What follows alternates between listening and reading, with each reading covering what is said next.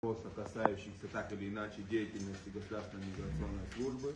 Ну, во-первых, и в первом, и во втором, и в окончательном чтении мы в прошлом году приняли, когда позволили нашей миграционной службе стать на границе.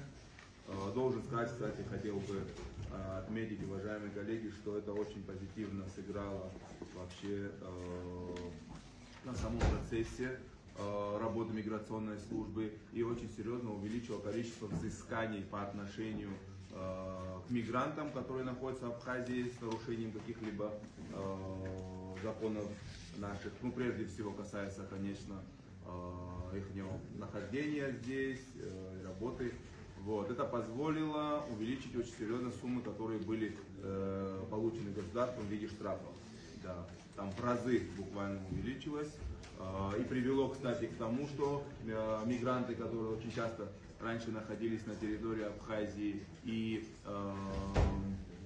не подготавливали всех необходимых, касающихся правового статуса документов, при выезде они уже не могли уехать незамеченными, и, естественно, все привело к тому, что работать начали, не работать, а регистрироваться начали гораздо лучше. Да. Но помимо с тем проектом мы также в первом чтении приняли второй проект, как нам разъяснял руководитель и зам руководителя на тот момент миграционной службы. Дело в том, что очень часто там бывала такая ситуация, когда если мигрант покидает территорию республики Абхазия, если он не имел необходимых документов, соответственно, по кодексу о судопроизводстве по делам об административных правонарушениях, дело рассматривалось всегда в суде. И поэтому получалось, что даже если человек хочет покинуть территорию Абхазии, получается, наша миграционная служба не могла его оштрафовать, они должны были его вернуть на территорию Абхазии, осудить и только потом уже отпустить. А это, во-первых, время, это, во-вторых, еще получается, что нагромождение дел в наших судах. Да. И в первом чтении мы тогда приняли проект закона, вышеупомянутый, который предоставлял им возможность по определенным статьям, касающимся режима пребывания, проживания и осуществления трудовой деятельности, миграционной службе штрафовать этих людей.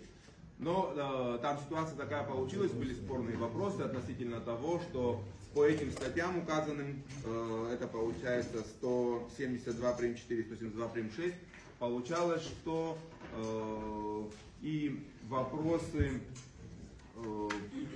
не только вопросы штрафов, но еще и вопросы выдворения получалось, что должна была решать миграционная служба.